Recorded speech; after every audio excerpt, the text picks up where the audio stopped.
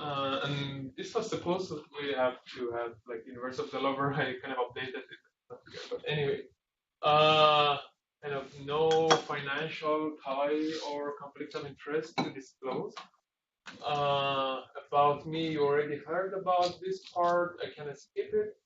Um, the way that I generally like to start my presentation is that we humans might be really good at making advanced robots or space shuttles, uh, but we also know that we still have a very hard time understanding our own basic behaviors. And it could be as simple as sleeping or eating, or more complex scenarios like binge eating, overweight, addiction, smoking, conditions like that. And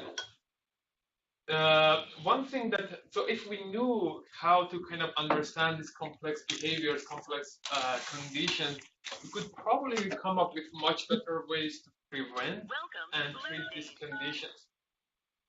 So one thing that is kind of cliche to some extent, kind of clear to all of us, is that there are many factors that kind of affect these conditions, these behaviors. So it's not only one of them specifically biological factors or body that can describe these conditions, these complex conditions like addiction or obesity.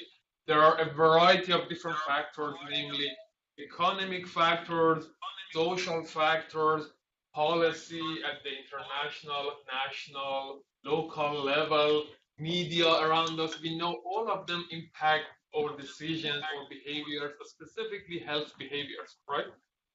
So then I think naturally a question that will arise here is that now that we know there are a variety of different factors affecting our health behavior, I think the natural question is that how we can look at this kind of complex system, complex set of health behavior by taking into account all of these different factors. So I think ultimately the ideal goal is to kind of have a big picture of the whole system with all of the kind of factors within it, right? So, kind of one of the natural kind of ways that might come to mind across many fields is just simply kind of be able to make some abstraction using some modeling to understand these complex scenarios, complex behaviors. And specifically, there are certain sets of methods from the area of systems science and complex system. I think many of you might have heard of them somewhere or the other. So the common theme of these techniques are their ability to look at the system as a whole. So instead of looking at subsystems like any of those factors separately, we are looking at the system as a one entity, like how different kind of factors interact with each other. So this system science, complex systems, which generally very quickly connects also to data science, have the ability, as I said, to look at the whole picture. And as we are trying to look at different factors, different playing factors, that naturally also needs kind of the ability to be able to fuse different data sets representative of different factors in this system. Okay, so then the goal here is that once you are able to create a model that can fuse different data sets representative of different factors, then they can function as both predictive and prescriptive models that you can use for many purposes, which I'm going to come back later. I know at this stage probably it's just too abstract. But this is basically how this connects to my background and some of the projects that I am going to present today. So there are four of the main projects that I am going to present. One of them related to smoking, the rest of them are related to obesity. One kind of interesting difference in the projects that I am presenting today is just kind of, as I kind of was trying to kind of mention, uh, as any of kind of project in the whole kind of area of data science, there are kind of various kind of stages that you start probably from collecting the data, kind of survey design, interacting with the participants, right? And moving that forward, pre-processing, making sure the data is not noisy, and kind of take care of the missing data, and then moving forward after that, kind of analyzing data, hopefully creating models that can be kind of presented to someone, policymaker, program designer. So one kind of opportunity that I had, that I am also trying to present here, is that I had the opportunity to look at all of this stage of data collection, pre-processing, kind of analyzing, kind of pattern recognition, and then creating models, which I am trying to present all of this in this kind of project that I'm present today. I am kind of skipping all of the technical details here, but feel free if there is any question. I'm more than happy to answer any question about the details. Obviously, under the hood, there are a lot of things that are not presented. So starting with the first one. So this kind of relates to my PhD study back in the University of Central Florida. And one thing interesting and unique about, I had the opportunity when I started my study at this university, that they started to become so-called a smoke-free campus, like many kind of schools across the country. And this school specifically was interesting in the sense that they have a really huge campus. So they are kind of largest by enrollment in the country, like about like 60,000. So the point here is that it was a really good opportunity to look at a kind of large scale kind of intervention and be able to analyze and learn from those kind of interactions. So we had data from the year 2012, before that kind of a smoke-free campus initiative starts, and 1 year after that, the data was collected by myself, by the health services on the campus, kind of various different aspects of smoking behaviors.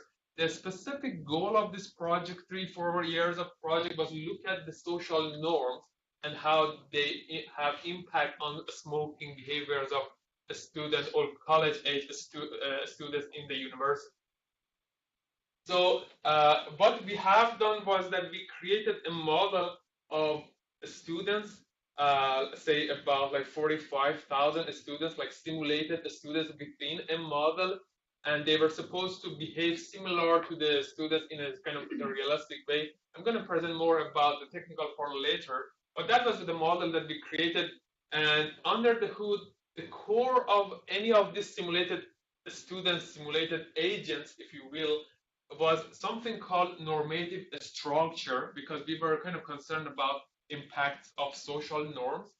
And I think sometimes it's quite easy to forget how important social norms are in determining our daily kind of behaviors. For example, the way that I am kind of standing in front of you, the way that you are sitting, all of them are kind of determined by the social norms we agreed to follow. Same way, health behavior, smoking, they have great effect, we know that, okay?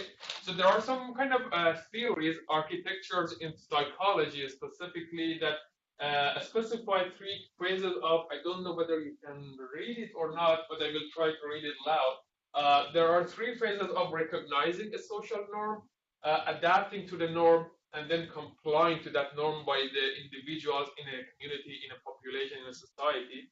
We mapped it to the smoking based on some literature, so that recognition is similar to smokers that develop belief about what they want to do.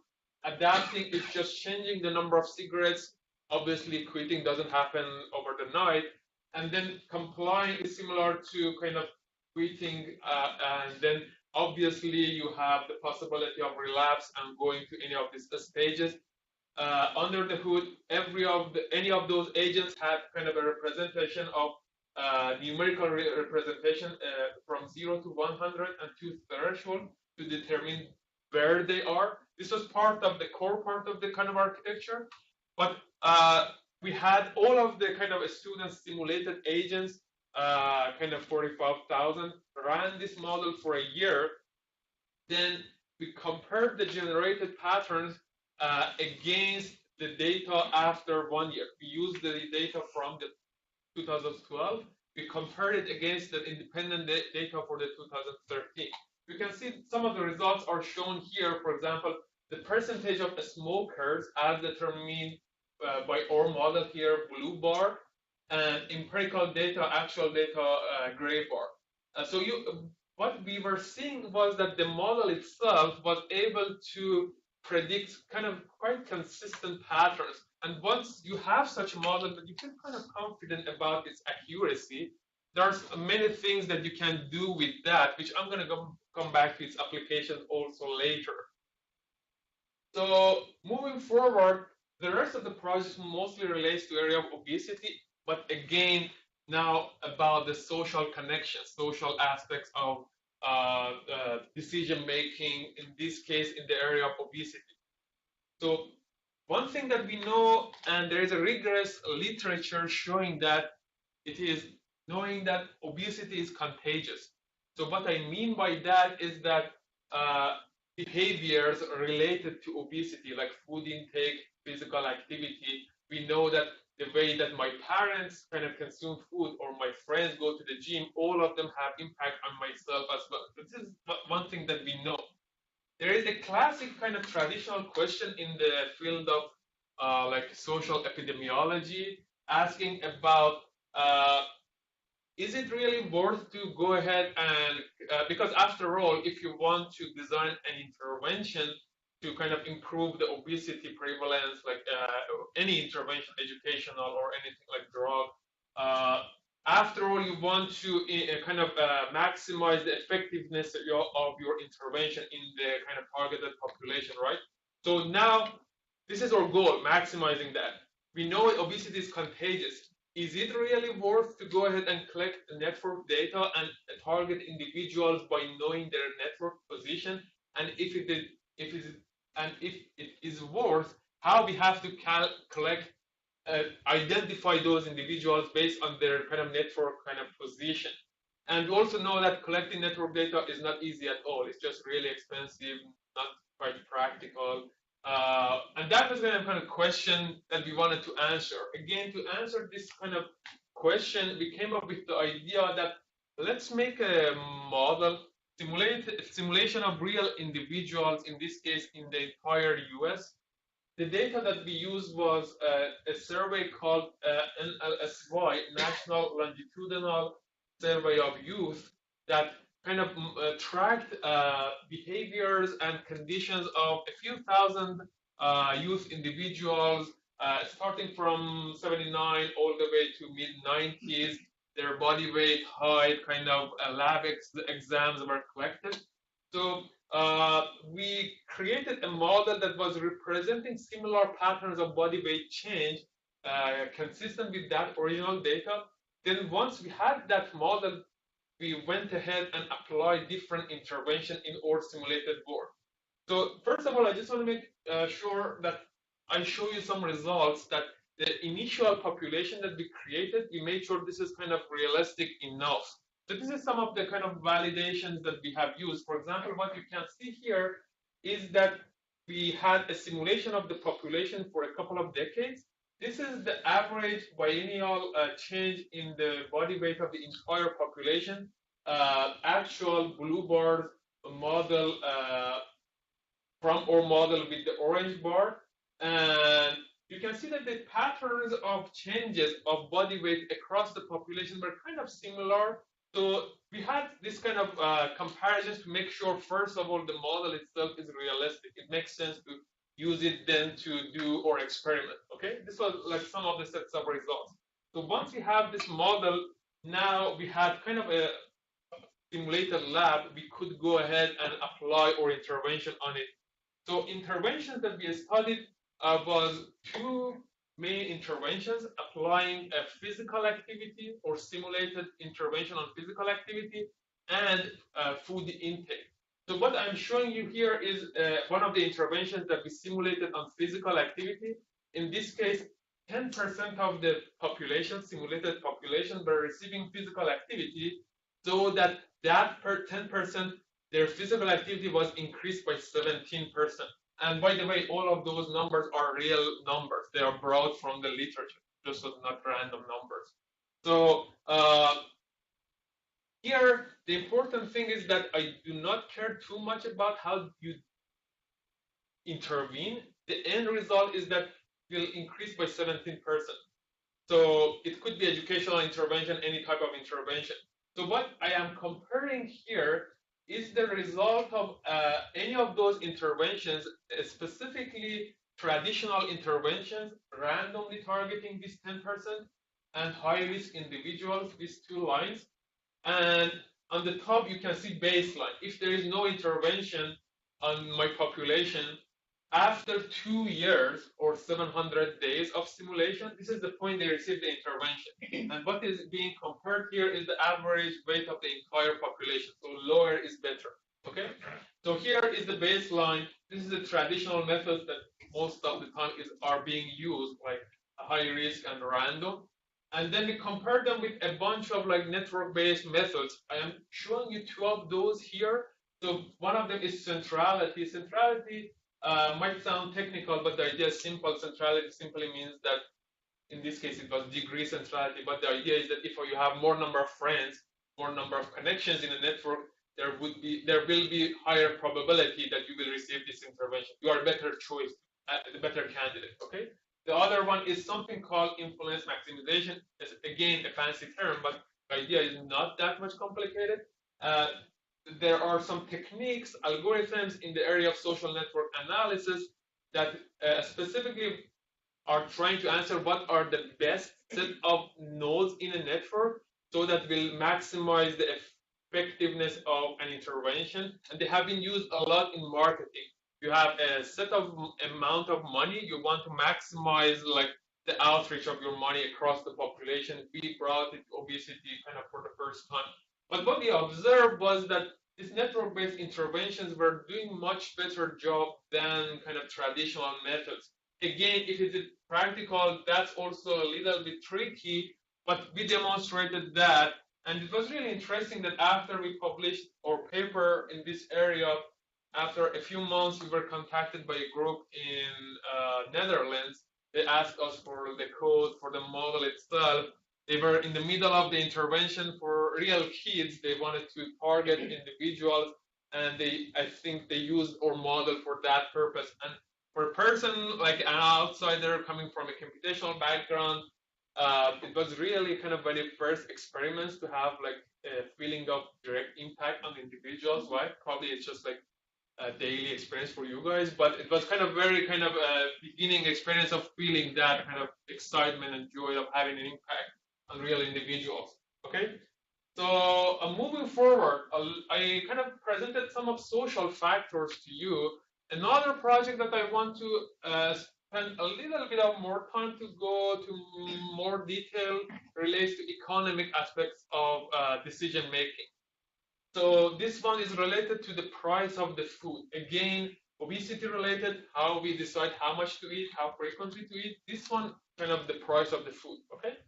So one thing that probably I do not need to spend too much time is just the idea that price of the food is a major determinant of what we eat. And when it comes to low-income individuals, those who are with a severe budget constraint, there is a literature, and also kind of should be intuitive, that this is like one of the first priorities for them to decide what to eat. And in this kind of nutritional literature, there are specifically 3 metrics, i.e. price per calorie, or the amount of dollars you spend on the calorie that you consume, price per gram, and price per serving of the food.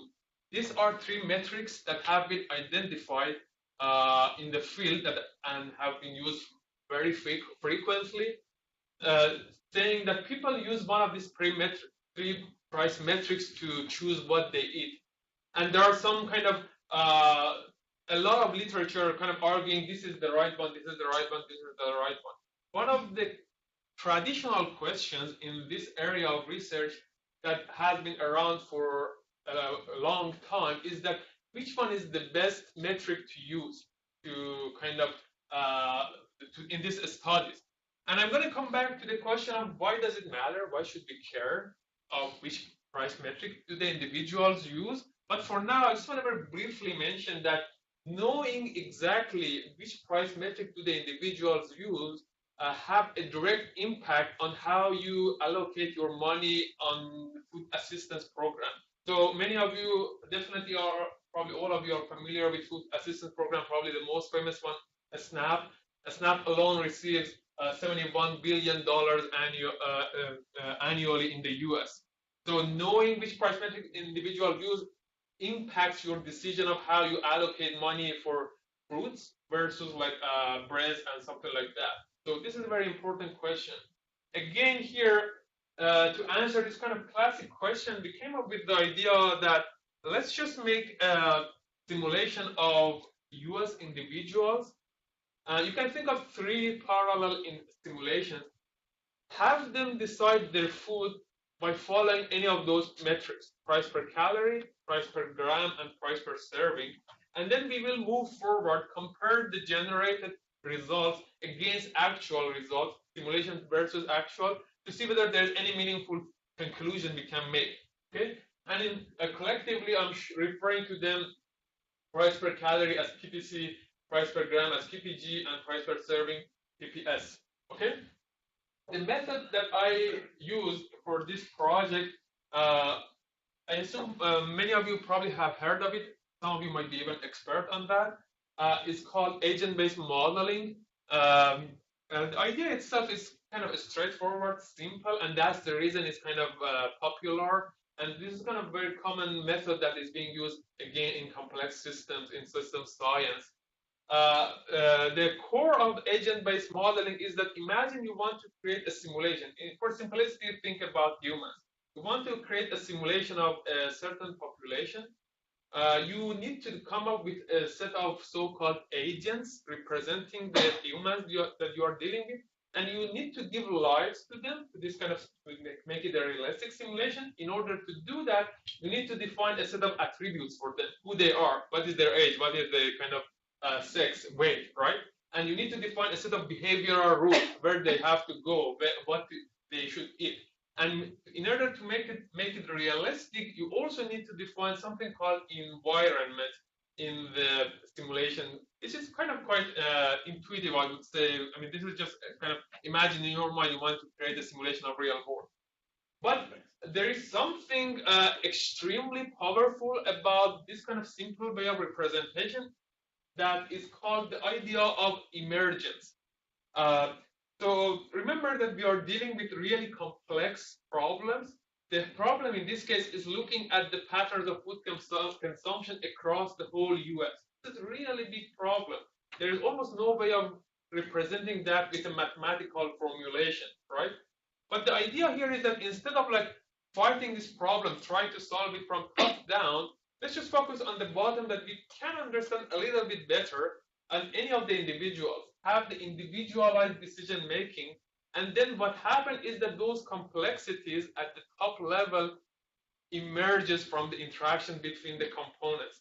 And in practice, really nonlinear, non-intuitive patterns arises from this interaction. So this was the method that we have used. So agents, so for in this purpose, for the question we were answering, what price metric do the individuals use in the US? We needed to define agents, right? Attributes and environment. So agents in this case are US adult individuals. Attributes also the age, sex, race, stuff like that. And we needed to define their rules. And environment, for the most part, was the food available to them. Like most importantly, the price of the food they have access to. So a little bit of more details. So the agents in this case were representative of, as I said, US adult individuals over age of 20. The data was representative of the year 2001. Every data that you will see here, the reason was that that was the data that for other data sets we wanted to be matched to each other. They were all related to that year, but the kind of pattern should be kind of similar pretty much. And they were kind of representative. So you can consider a population, simulated population of about 201 million agents that they had a set of age, gender, and race defined for them. Then another attribute for this kind of simulated agents in the simulated world we needed to assign was how much they have money to spend on food, which we call it food budget.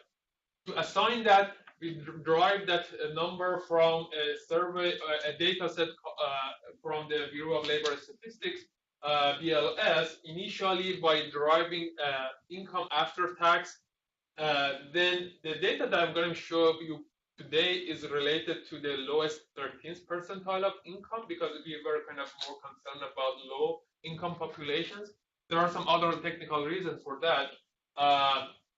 But after calculating income, daily income, they also derive daily food budget, the money that they spend on food itself. There are kind of a lot of considerations here to make sure that number is food itself. For example, when it comes to food, we have food at home, food away from home.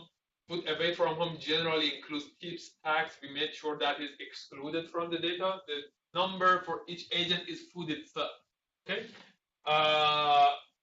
The price of the food available in this simulated world was derived from an existing work by a group in the University of Washington, Jurnansky et al. Basically, they calculated the average price of the food for main categories of the food, which I'm going to present right after this, as determined by U.S. Department of Agriculture, again for the year 2001. So here, we needed to assign another attribute to all of the agents, i.e. the total daily energy intake.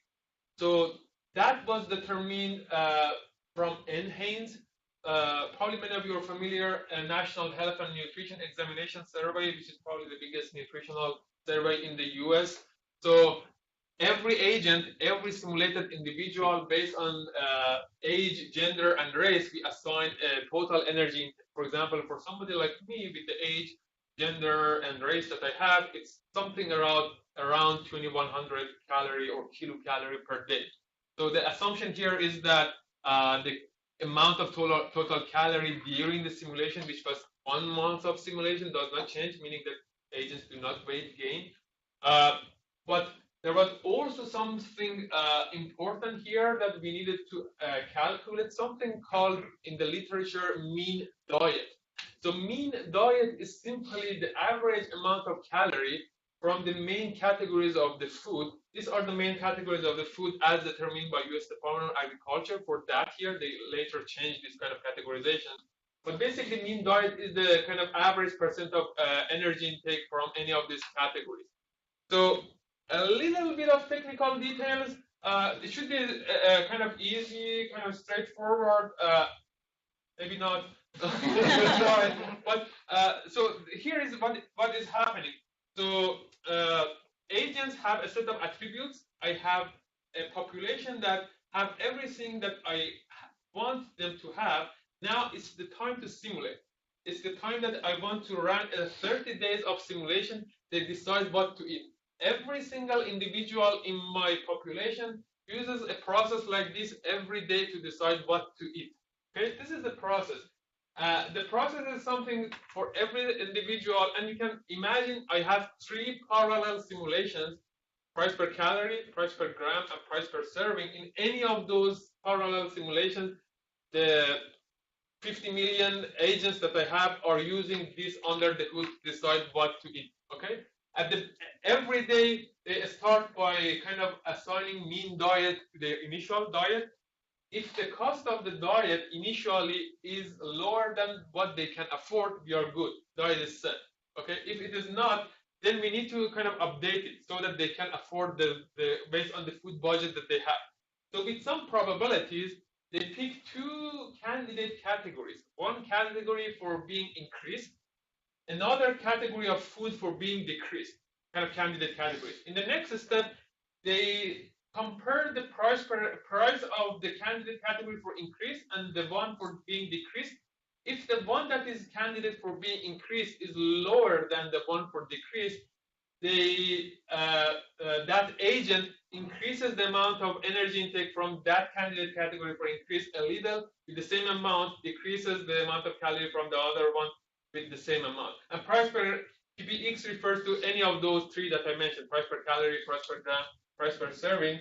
And if this continues until this kind of condition is met, the cost of the diet is lower than what they can afford.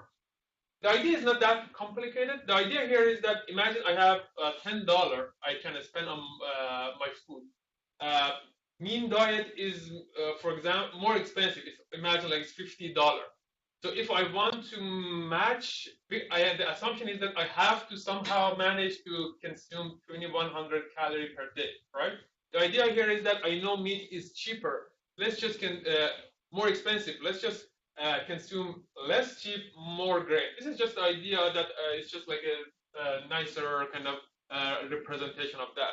But probably what is more important than this part is just the power of attacking a complex problem. So complex problem in this case is like knowing how individuals make food decisions across the US population.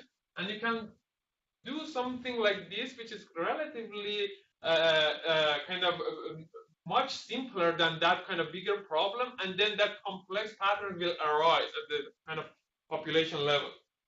There are some notes here. There are other factors that you have to take into account. It's not only price for people to decide, taste, convenience, and health. We also made sure there are some ways to consider that. I'm happy to kind of give you more details. But what we have three sets of simulations.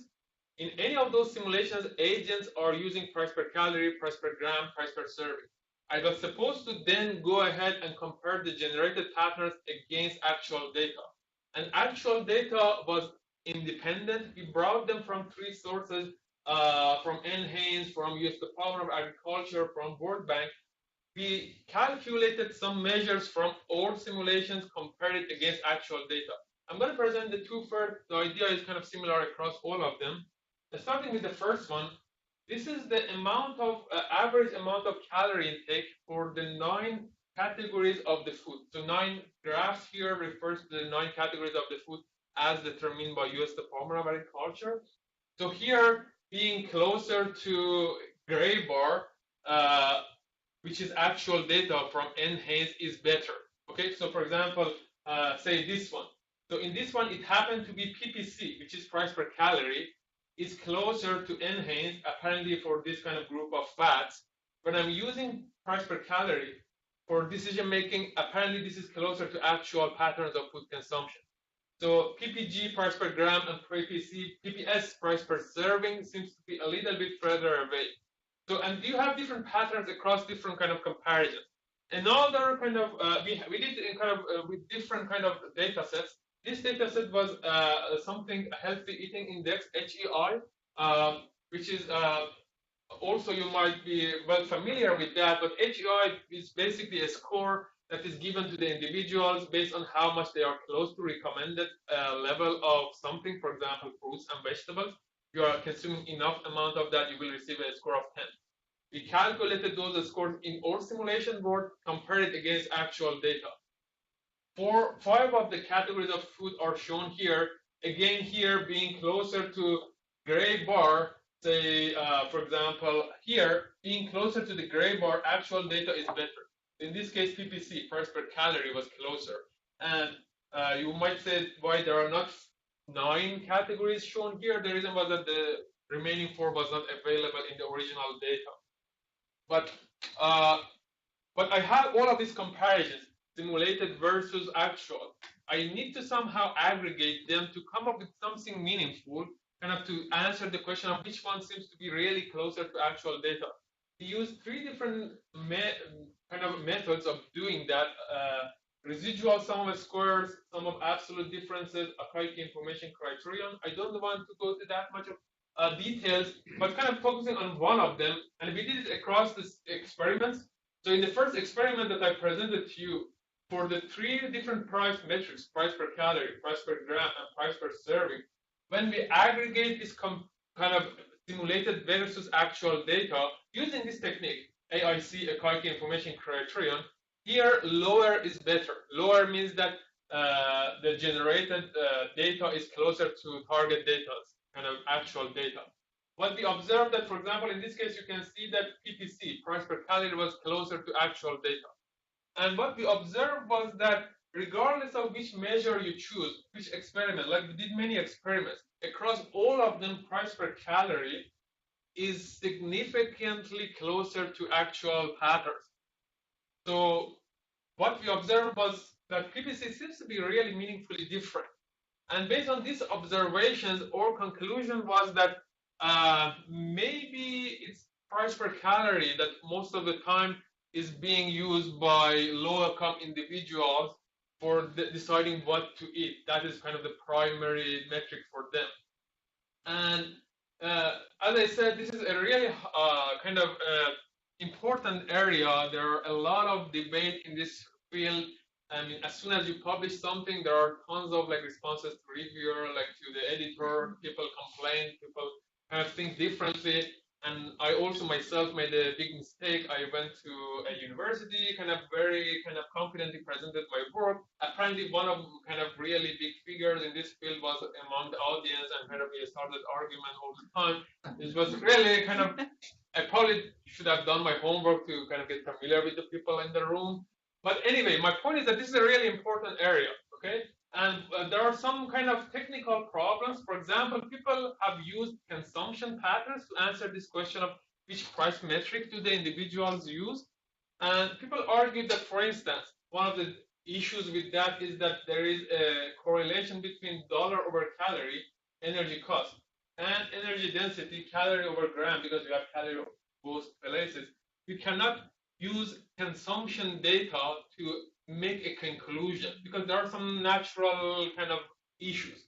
We did not analyze food consumption pattern data. We generated food consumption pattern data by our simulations, kind of avoiding kind of an issue that existed all the time.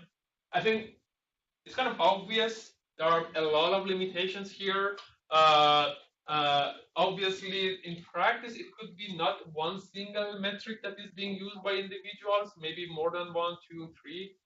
But again, I will argue that if you are going to pick one of them as a single main determinant of price decision making, that should be price per calorie. And that is exactly what is happening right now.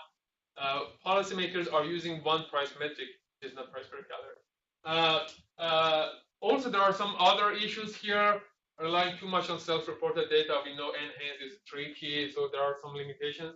Implications here, high price per calorie may be the real barrier against kind of eating those healthy foods, and we need to consider ways to manipulate price per calorie. So I wanted to actually spend a little bit of time on another project that might be also even more interesting. With the interest of time, I'm going to skip this one. So, but kind of a few words here. This was related to another kind of factor. I kind of presented some social factors here, economic factors. This one was kind of very biological based. This one was related to the role of palatability of the food. And palatability, as you know, relates to taste of the food, energy density of the food, and appearance of the food. The idea here was that create models that can describe behaviors based on the palatability of the food, how much we consume based on the energy density of the food. We created some models, mathematical models, specifically for the animals, which I'm going to skip for now. But this was kind of another set of factors, like kind of energy density, specifically as the determinant of palatability of the food, which I'm going to skip it for now. So I think when it comes to food decision making, there is probably no way to skip the most important organ of body, which is brain. And for that reason, I started at the end of my postdoc, and right now there is one of my PhD students working on the role of some of the key neurotransmitters. Probably I do not need to give this introduction, but as you know, neurotransmitters are the kind of basically messengers of the brain, what the neural system uses to communicate, make commands. And it turns out the kind of two major players here are dopamine and opioid peptides, which we have more knowledge about them. The goal of this project was to use some data, neuroimaging data, specifically functional MRI and PET scan, for understanding the role of these kind of neurotransmitters. And you might say probably, and in practice, PET scan is a much better choice for these purposes because you have a much more granular image of molecular kind of differences, kind of activities in the brain. But PET scan is hard to obtain. We also are working with functional MRI, and so this is the project we are working. I think nowadays probably there is no way of doing any kind of data science type of project without some application of deep learning. So this kind of fancy term that you can see here is just something related to convolutional neural network, is something that is part of deep learning being used for analyzing imaging data. This is existing work, another existing work. So the theme here, the theme that I'm hoping I can present here, again, going back to what I started, is to look at different factors, because we know there is almost no way of understanding the complexity without going to all of those factors. So those different factors require different modalities, which is a fancy term of kind of saying different types of data. I presented some kind of project related to social, economic, biological, neuroimaging. I'm also very much interested to other type modalities of data. So specifically, I think it's clear that EHR, electronic health record, is also another modality that you can access to a lot of information to extract knowledge about like behavior of the individuals, how to decide. Maybe you are able to create models that can predict in this area kind of transition from normal to prediabetes to diabetes. And this is in fact one of the projects that I am hoping one of my students kind of start like to be working on. This one, on different modality, like working with, I think it's kind of clear that there is a really great potential to work with like health monitoring devices, kind of be able to extract the patterns of behaviors across the days, like from like different sensors from the individuals. And that was kind of one of the things that kind of initially connected me to Claudine, because I was really much interested to find any study that might be happening. People might be collecting kind of some wearable sensor data for a good period of a time. And I wanted to define a project for one of my students who can work on this area. I was not able to find a good match so far. So if you happen to know any projects relevant locally, please connect us somehow to each other. It would be great. I think we can do a lot of things together. So I think moving forward, before I just kind of spend a little bit of time on future work, I think it's always worth to pause and ponder about what we are doing and where we want to go.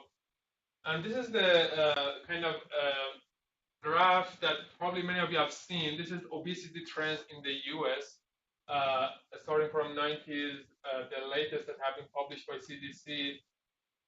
This is like adult obesity prevalence percentage and youth individuals. If there is one clear pattern here, that clear pattern is that it is continuing to grow. And that, I think, demonstrates that despite all of the great work that the scholars, researchers are doing in this field, there are a lot of things that we still need to do, because this thing is continuing to grow. So maybe we have to do something different or spend much more energy and time. So for that reason, I think looking forward, I think there is a lot of things to do in this area of obesity and diabetes, and that's what I want to do moving forward. And I think when I kind of work a little bit on smoking, a little bit on obesity, I just realized that there are, and we also kind of expect there are many common roots across these different conditions, these behaviors, that we should expect that similar methods can be also applied in order to study them. So and also because of some very strong personal reasons, I also always wanted to work in this area that relates to addiction. I think nowadays all of us kind of are concerned about the opioid epidemic. It is a major thing in our country, specifically in Delaware. So this is also one thing that I'm very much interested. I'm going to skip this part, but I do think that the methods that I presented are clearly well aligned with the ideas of precision medicine and precision health, which arguably would be the future of medicine in some sense. But the kind of the key idea, just one sentence, is that I am also trying to look at individuals separately as kind of individual decision makers. And if you want to simulate their behavior with the same idea that you have in precision medicine, the idea here is that each individual has to receive its own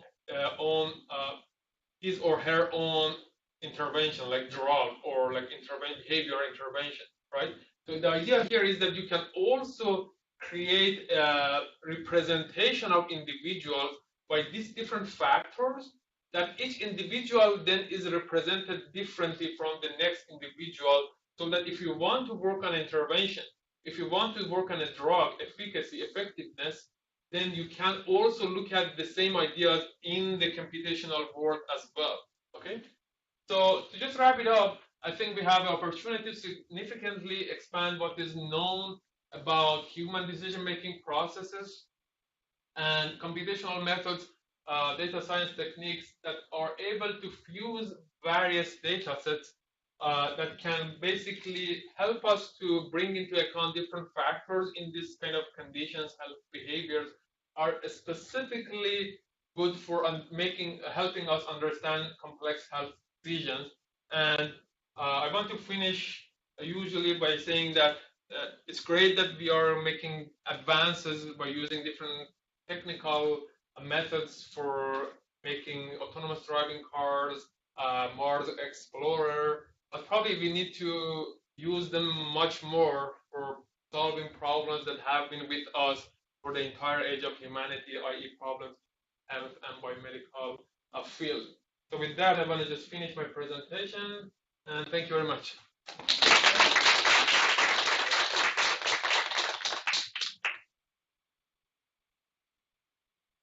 So can you go back to decision process for agent, price per food project?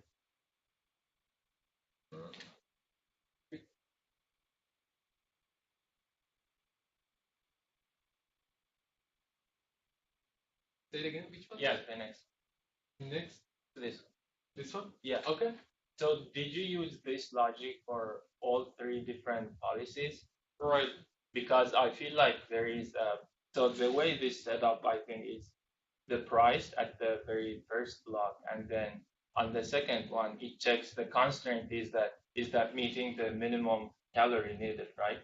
So I think if you change that constraint, instead say number of meals per day should be 3, or this many grams has to be taken by everyone. Well, I just want to make sure you also notice this part, PPX, which is kind of the difference across the 3 metrics. Right. So the idea here is that total calorie intake is fixed.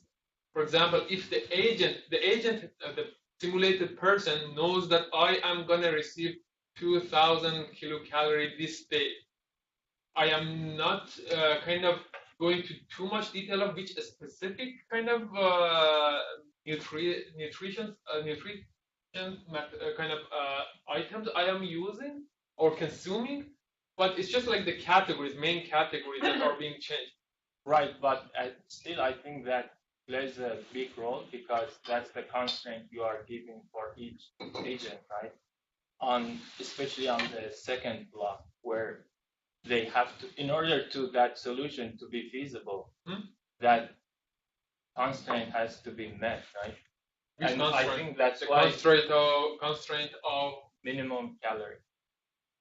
So minimum calorie meaning that they do not come below a certain calorie per day. Right. But the idea here is that the calorie is fixed. It doesn't change. It doesn't kind of go up or down.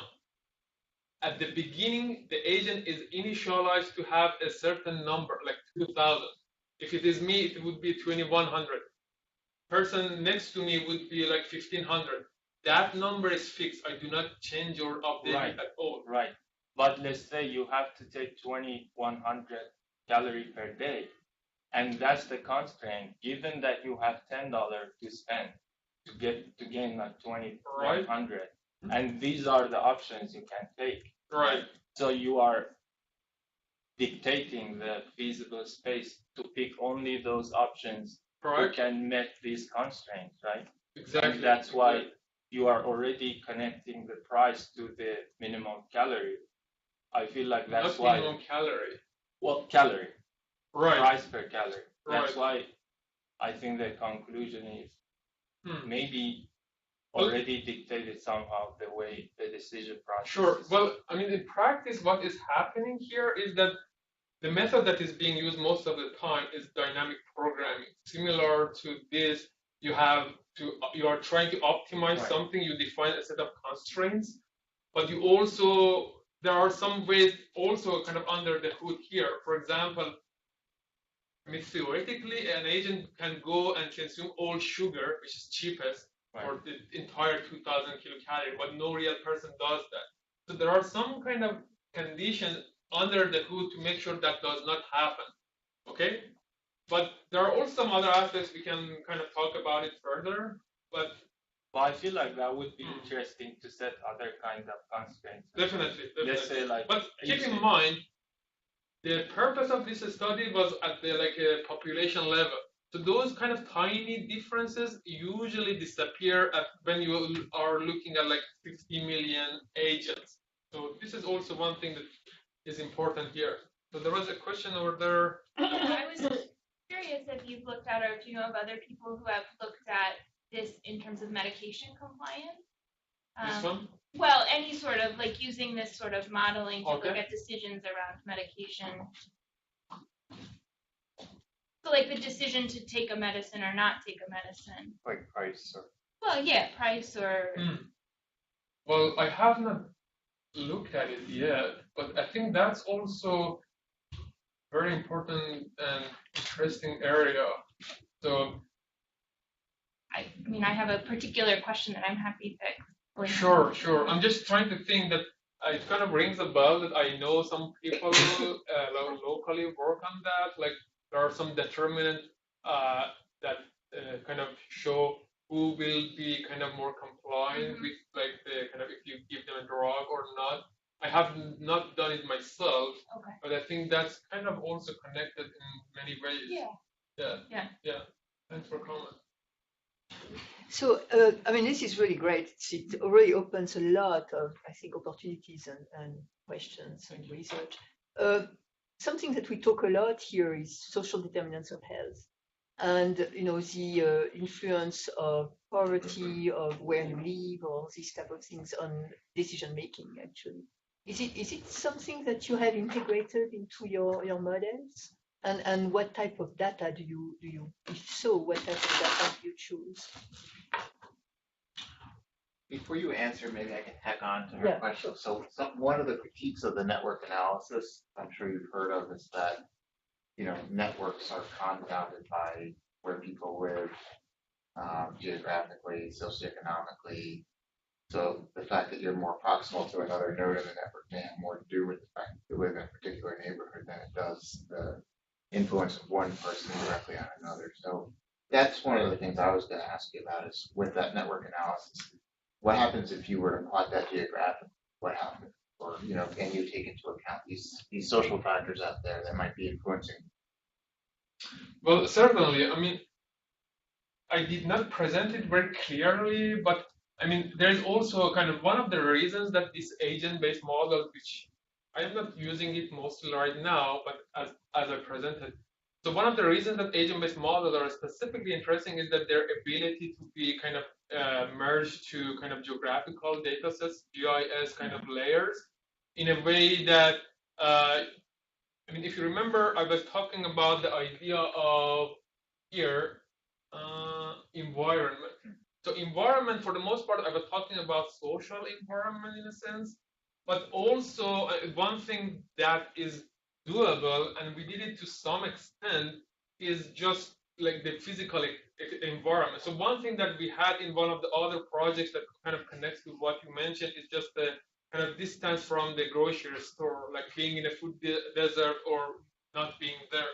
So the kind of the beauty is that they are kind of built in, so there is no boundary of what you cannot implement in the model. Obviously, you have to always be careful of having too much of kind of free parameters here. But the idea here is that one of the reasons that these methods are kind of popular is that they are very much, there is a straightforward of merging them with GIS data. So that you can look at specifically, this is like a zip code, a certain zip code with this kind of information, and kind of merge it with some data that you have from census. And also this is like, for example, in Delaware, this is in California, these are the differences. And then next you have this, you need to kind of update the behavioral rules so that they are also affected by this kind of environmental factors. So I can give you another project that we were working.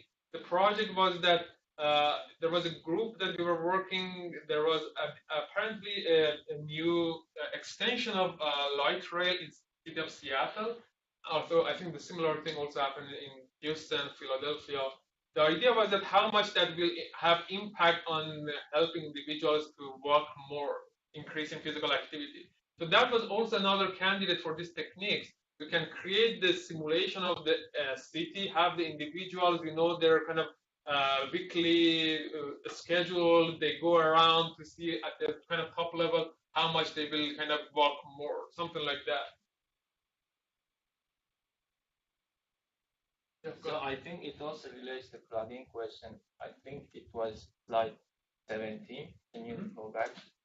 So the intervention, the optimal intervention was, here, influence max. So right. Within that network, let's say some nodes have the maximum influence, which gives the optimal results here. Have you studied specific features if they have, like the common characteristics? Sure, good question. Well, again, I'm glad that you mentioned it because it just kind of gives me opportunity to just give you more details. So influence maximization technique itself, so these nodes, they have some certain features that are clear. So most of the time they are also having high centrality value. I mean, most of the nodes are common with this one. So, and this is kind of intuitive in general. When you want to maximize the kind of effectiveness of your intervention, you probably will look at for individuals who have high number of friends or connected more. But it turned out that, and there is also some kind of studies in the literature, social network studies, that if you only pick individuals who are highly connected, that's not good all the time because you have clusters, and there could be a completely different cluster that all of the individuals that you have used are in this cluster, no one in this cluster. So you need to have a kind of a smarter way of identifying those individuals. So one of the features is the number of nodes, connections. The other features is that apparently people that are on edges of cluster are really good choices as well because they somehow can connect these two clusters to each other. This was also another feature that centrality alone does not take that into account. Okay? Go ahead. We had a local representation of that during our flu campaign where they posted pictures of all of our senior executives having gotten their flu shots with the idea that they would be maximum influencers, whether Correct, they actually exactly. are, but they're certainly not people who necessarily have centrality. Average worker here does not know our CEO, Janice Nevin, but we recognize a picture of her. I see, yeah, definitely. Well, in practice, I think, again, in practical manner, how you can usually implement it, many times it also boils down to usage of social networks, some kind of Facebook, Twitter, kind of probably the most practical way of implementing these interventions. I think, yeah, it's very relevant to the comment. Well, thank you so much.